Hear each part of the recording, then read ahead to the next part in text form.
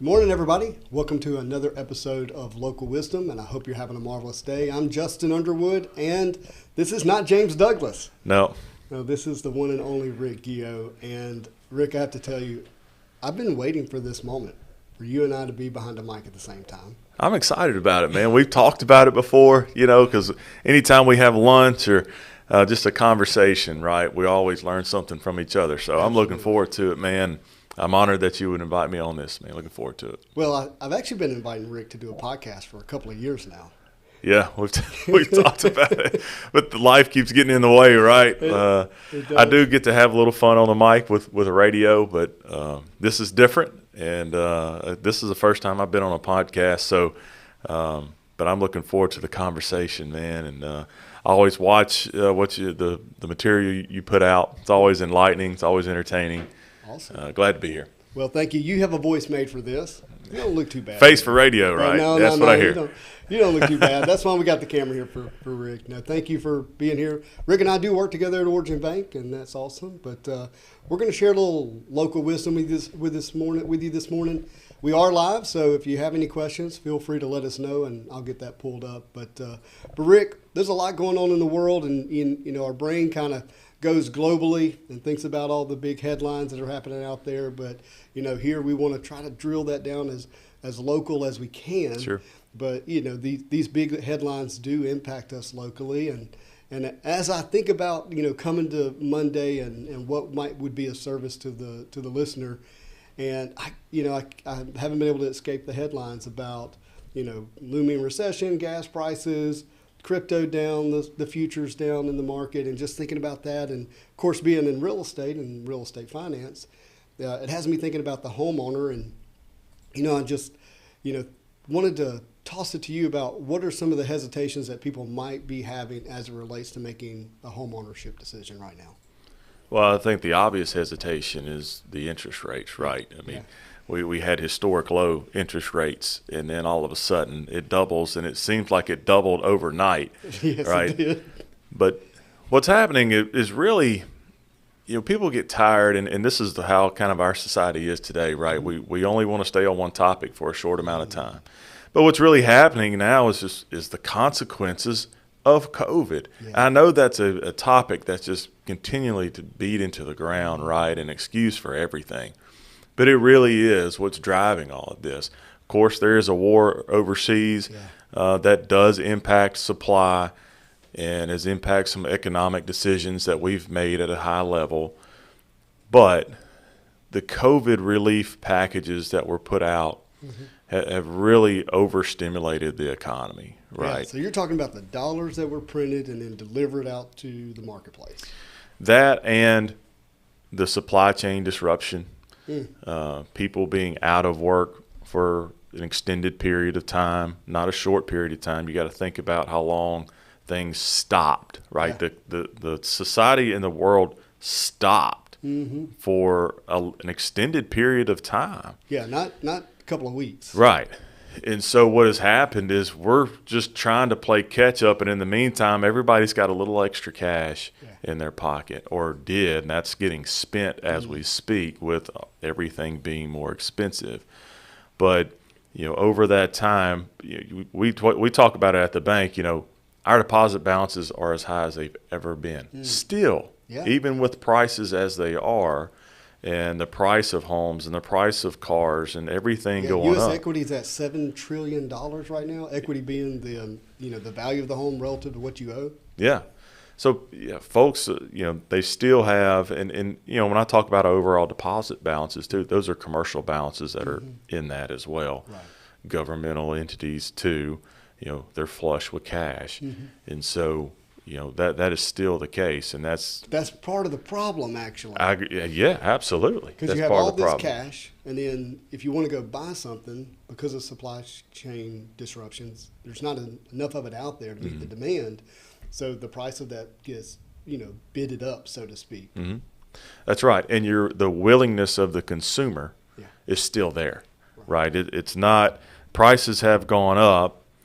But the willingness of the consumer has not gone down, right? You're still willing to pay that price for that non-necessity item, non-necessary item, you're still willing to pay, whether it's a vehicle, housing prices are up, consumers are still willing to pay. And so what the Fed's going to continue to do, like Rick's doing over there on these dials, they're going to keep shifting these metrics, and you'll see that when the Fed gets together, they'll continue to shift these metrics, and where's the threshold? I love what you're saying about that, because you're saying, like, I kind of think of, being in a control room, like Rick. We got Rick behind the computer here working things. So thank you, Rick, for all that you do. And, they're turning what dials they have. And one of the main ones that we're aware of that, again, hits the headline is the Fed rate. Yeah. And, Rick, tell me more about the Fed rate. Treat me like a listener who really doesn't understand what that is. Yeah. Look, so the Fed rate is an interest rate that can dictate a lot of different things. What you earn on your money, it can dictate that. It can also dictate what you pay on money that you borrow. And when they shift the Fed rate, it impacts other margins that lenders base their pricing on. Gotcha. Whether it's a mortgage or a commercial loan like I do every day. It'll raise or lower that rate depending on what the government needs to do to control the economy, right? Or at least monitor, or at least, control is, I guess, the right word. And so now, when the economy's running hot, then they're going to turn that rate up a little bit just to make it a little more expensive for you to borrow, maybe to slow some things down. And what's happening right now is it hasn't slowed it down. No, it hasn't. And so they're going to continue to raise that and make it a little harder, not on just somebody buying a home, but somebody that was thinking about maybe refinancing or buying commercial property, whatever that is. It makes it a little more. That's right, makes it a little more expensive. And so and they'll do that until they get reports back and all the metrics that they use to measure these things. They'll get that information in and realize, okay, we've slowed it down. Now we have to avoid a really sharp downturn. And that's kind of where we're at right now, man. It's like nothing is slowed down. You still look at vacations right now that people heard this morning they still expect a busy travel season throughout the year. No question. And some of that are trips that were booked 6 months ago. Those are still happening. But what you're going to see is now if you go book a flight compared to when you booked a flight 6 months ago, it's drastically different. And so that's going to slow down. And so you really won't see that slow maybe until the holiday season with the slow in travel I'm talking about. Yeah, so the Feds want to make money more expensive, and we're really talking about money that you would borrow. Right. And if they make it more expensive, then it would deter you from actually buying. So they're wanting to slow the economy down, and by all accounts, force a recession. Yeah. And the way I kind of play this out in my mind is this is if you're a gardener, this is you pruning. Yeah. You had overgrowth, and the growth that wasn't healthy, and now the real fruit that needs to be produced, which is the metrics that they're looking at, so to speak.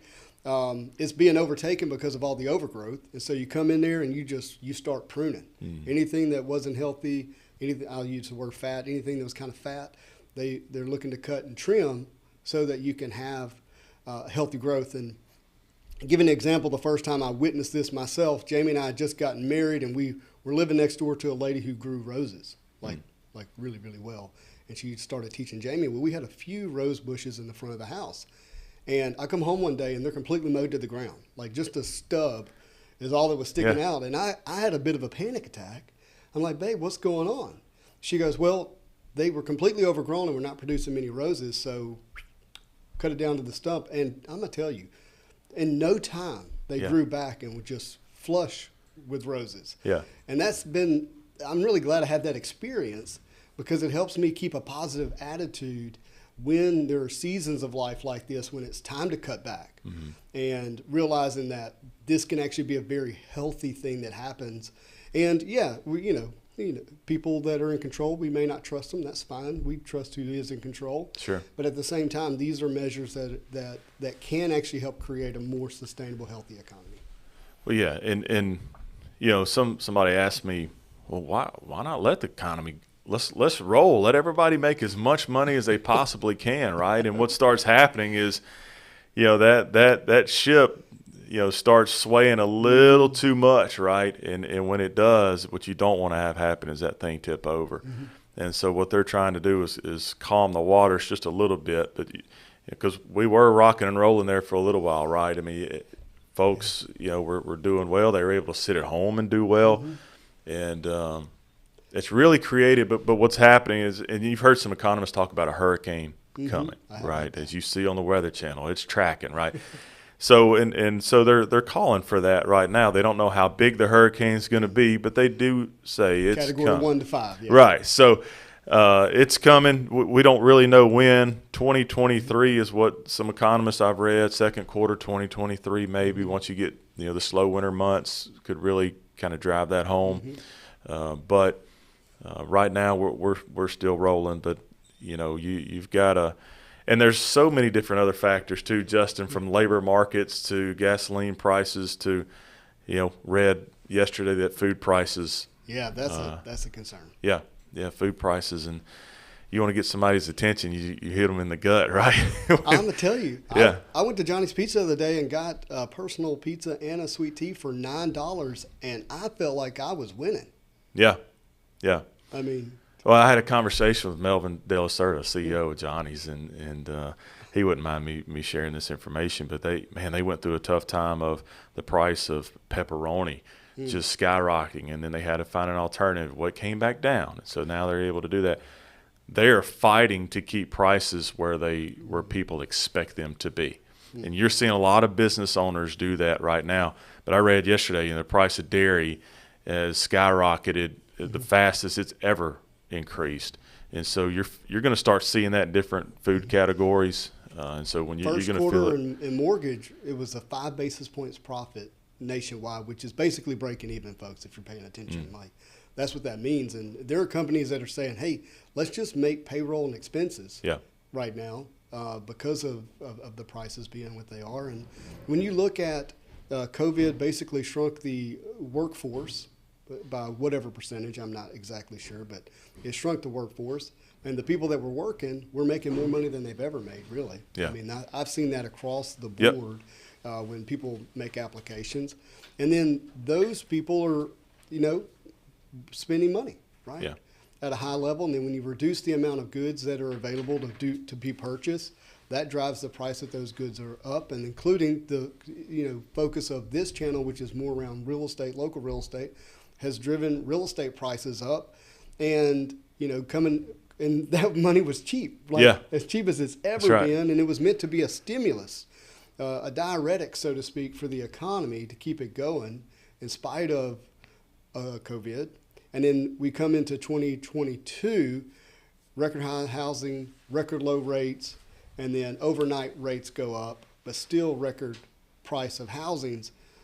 And pre-show, Rick, you said, how's this affecting people to, make a decision to buy a house? Mm-hmm. And my question back to you was, well, what about rental properties? Yeah. And that's kind of what I want to ask you is, let's say you're your family out there and you're currently renting, mm-hmm. and you're thinking, man, I really want to wait till prices and rates come down before I buy. My question to you is, well, what's going to happen in the rental property that they're in? Well, it depends. Mm-hmm. Okay, so just like almost everything else, and when you're talking business, it depends. If you're in a multifamily housing, most likely your rent's going up. Mm-hmm. If you're in a residential rental property, that depends on if that homeowner, the person that owns the property, if they have debt on that property, mm-hmm. and that their debt's going to mature just like your lease is going to expire. Mm-hmm. And so when that happens, that debt, those interest rates are going to go up. So it's going to cost them more. It's going to cost the owner more. But most likely your rent's going up. Mm-hmm. Energy's going up. So, if the landlord's paying mm-hmm. the energy. all the cost of the landlord is going up, and so guess who's going to feel that effect? Not him or her. It's going to be the tenant. And so, most likely your rent is going to go up when your lease expires. They have to honor it until your agreement, matures, but it's most likely going to go up. Yeah. So unless you're able to, lock in long-term rents, Right. that don't have a short-term escalation clause of some sort in there. But most rental agreements are 6 to 12 months. Yeah. That's what you generally find. And commercial loans are generally tied to a short-term rate. Commercial loans, right? Yeah, you're talking about fixed 5-year rates is what you're looking at. Every now and then you run across something floating, but typically commercial leases can be 1 year up to 3 years. You really don't see a lease go past 3 years. You may see a 5-year lease, but they've got increases built into that every 12 months. So you're going to see commercial leases go up, which where do those get passed on? Right, on to the consumer. Yeah. So it's a ripple effect, and it's intentional, and that's what we're seeing. And it just, unfortunately, whenever you have something like this, there are winners and losers, and so those will start coming out in the wash here pretty soon. Yeah. So my advice is, if you are in a rental agreement and you have a lease coming up, and make sure you know what your new rent's going to be, and get ahead of that if possible. And the second thing would be to realize that even though rates are up on a house, you can still lock in your housing cost. And this has me thinking about budgets, right? So how can I create as many fixed expenses as possible that are within my income limits, within my budget, so that I can manage those expenses that are not fixed, such as food and energy. And even though rates are going up in the mortgage world, they're going up to your landlord too, likely, for the various reasons that Rick just described. And so I still think it's important that you reach out to your lender, build a strategy with them on how to have housing, because Rick, as you and I talk about all the time, shelter is essential. Yeah. And we have a belief that housing is for everyone. That shelter is for everyone. And if you're going to have shelter, it might as well be a wealth building mechanism and a place that you can feel secure and safe at. And that happens through home ownership, which is, in the United States, I think is one of the things that really sets us apart from many, many other countries, because we have real ownership, in a lot of ways. So speaking of real estate and home ownership, we do a top 5. Yeah. Every week we, James, my buddy, partner in crime, who is, by the way, James is at Disney. It's talking about expensive. Yeah, but very happy for him and his family to be on vacation right now. And James still, even though he was at Epcot yesterday, sent me the top 5 real estate sales of the week. And so I'm going to throw them up. I know you don't have them in front of you, Rick, so you can just play along with me, and we'll go through the top 5 sales. And I'm going to tell you, I think it's pretty cool that you're here today, because generally the top 5 will have like one West Monroe property in it. It's got 4 this week. Well, good. 4. Normally it's Monroe and it's Ruston that's really pegging the needle of the top 5. But so we'll start at number 5. Number 5 is 3699 Caples Road, West Monroe. Sold for $425,000. $425,000. This house was 2,790 heated square feet, which Rick works out to $152 a square foot. Yeah, and that's a rural area too. I'd be curious to see what the land, how much land came with that house. I can tell you, it's 2.56 acres. All right, so that's driving the value a little bit, right? But yeah, just looking at you sent me the link. So looking at the picture of it, it's a gorgeous place. Good looking Acadian style house. Got that front porch. I remember a builder telling me, he's like, "Man, you win with a front porch. Don't do the stoop. Put a big old front porch on there. It'll sell every time." But it helped on this one, so it looks good. I think it helped on the next one too. So the second one is on 2310 Myrtle Street in Monroe, and it sold for $435,000, which was $162 a square foot. So both of those were still over 150 a foot, and I wonder what I can't see the age of this house, but it's a lot older. yeah, I'm looking at it, and well, I say it's a lot older. It's definitely been renovated. It's beautiful. Yeah, it's a beautiful house, and sure in a good location. You called me out on I'm a West Monroe guy, right? I know. I'm not going to throw too many money. So, but no. Look. There are some great spots over there. We got a lot of friends over there. I know I get picked on a lot because I bleed navy and red, right? Doing the play-by-play for the Rebels. So people think I only stay on one side of the river. No, we've got business and friends on both sides. So yeah, I didn't say that. Look, the face may not be familiar to you, but the voice probably. Yeah. You're talking about the voice of the West Monroe Rebels right here. Yeah, man. It's become a good hobby of mine, Yeah, right? I love it. Picked up a little baseball this year. It's a lot of fun. Yeah, but it's your hobby, but you're a professional. Well, thank you, man. I appreciate it. All right, number 3 is 100 Jason Drive, again in West Monroe, and the price per square foot of this one dropped from the previous two to $103 a square foot, and sold for $475,000. But the thing is, it was 4,589 square feet heated. It's a lot of house. Yeah, we're talking about 5,484 under roof. This is a big house, and it's a one-story house too. Mm-hmm. So this thing rambled, quite a bit. Yeah, I believe this is behind the hospital. Yeah, it's over there by Glenwood. Obviously, a very convenient house. Seriously, and in that part of town, you're not going to find that big of house, right? I mean, right there. I mean, you're right around the corner from Glenwood and Chick-fil-A, and I guess those are the West Monroe landmarks, right? Well, that's all of them. You described them. Yeah, but it's still a dead end road. Yeah, it's secluded, a little cul-de-sac back there, and there's a good chance that many people listening today don't even know where it's at. Yeah, That's right. All right, number 2. This one we kind of struggled. We have 2. Wait a minute.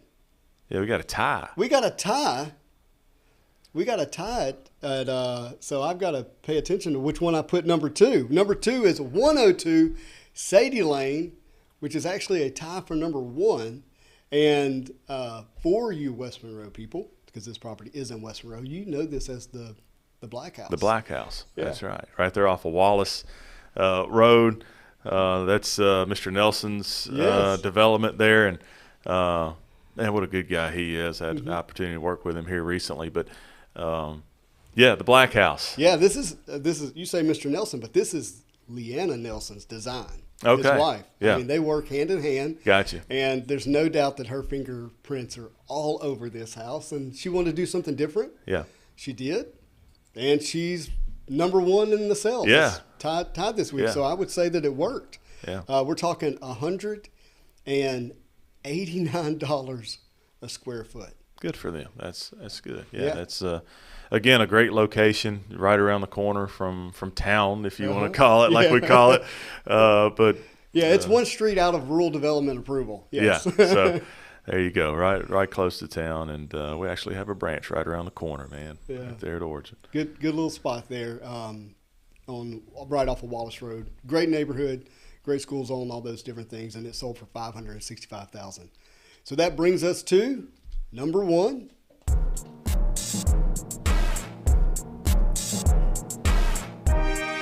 And number 1 is 102 Ravine Drive, West Monroe, Louisiana. And I didn't know where this street was this morning. Yeah, we both had to do a little search for it because there's not a lot of houses on Ravine Drive, so we did have to look. But yeah, back there off of Canyon Road, which you access from Henderson Road, which you access that from Arkansas Road. That would be George Welch School District. It is. Good Hope Middle School. Yeah. Yeah, and I remember the first time as a real estate appraiser driving back to Canyon Drive, because you're going through kind of an older neighborhood with some smaller houses, and then you see a few newer houses pop up. And you drive down, like really down to 2 ponds on each side, and then you drive up into this private drive, which is Canyon Drive. Yeah, it's beautiful. I'm like, this is where West Monroe royalty lives. Yeah, Actually, a customer of mine used to live back there, and like you, I thought, man, going back here, this is something. Oh yeah, it inspired me back in the day. Yeah, it's beautiful. It's a beautiful spot, and Ravine is off of Canyon, which is, I mean, I think one of the perks of this house is so secluded. Yeah. Right, the privacy is incredible. So. Yeah, I doubt you can see it from the street. No, you can't. Yeah, yeah, that's what I was thinking. Yeah. I actually don't recognize the house, and I've been back there a few times to kind of make the point. And it sold for $565,000, which is the same as the Sadie Lane. So we had really two number ones there, but good to see West Monroe kind of dominating the list this morning. That's right. It was serendipitous because they knew Rick they knew I was coming, so they had to represent. That's right. Local wisdom. So, well, man, this has been a lot of fun. Yeah, look, you and I, sometimes, when we go to lunch, we look up and it's like, oh, man, how long have we been here? So I could sit here and talk to you all day, man. Well, we don't want to get too long form here because you won't watch. Actually, that's me. Yeah, if I turn up something that's too long, you're right. I'll just. Well, people can't find your voice other places. Why don't you tell us where that is? Well, you can find me at Origin Bank on North 7th Street, the 3-story building right next to West Monroe Police Department. I'm there inside the branch, myself and Harold Book and other commercial lenders in there with me, and.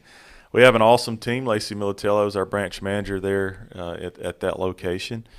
We have an incredible team here in this market, Justin. You also have the best of a Delta, Amanda Reagan over there. Amanda Reagan's over there in our newly renovated mortgage office upstairs. She probably did a few of these West Monroe loans. Yeah, man. She, wow, what a hard worker Amanda is, and happy to have her on our team.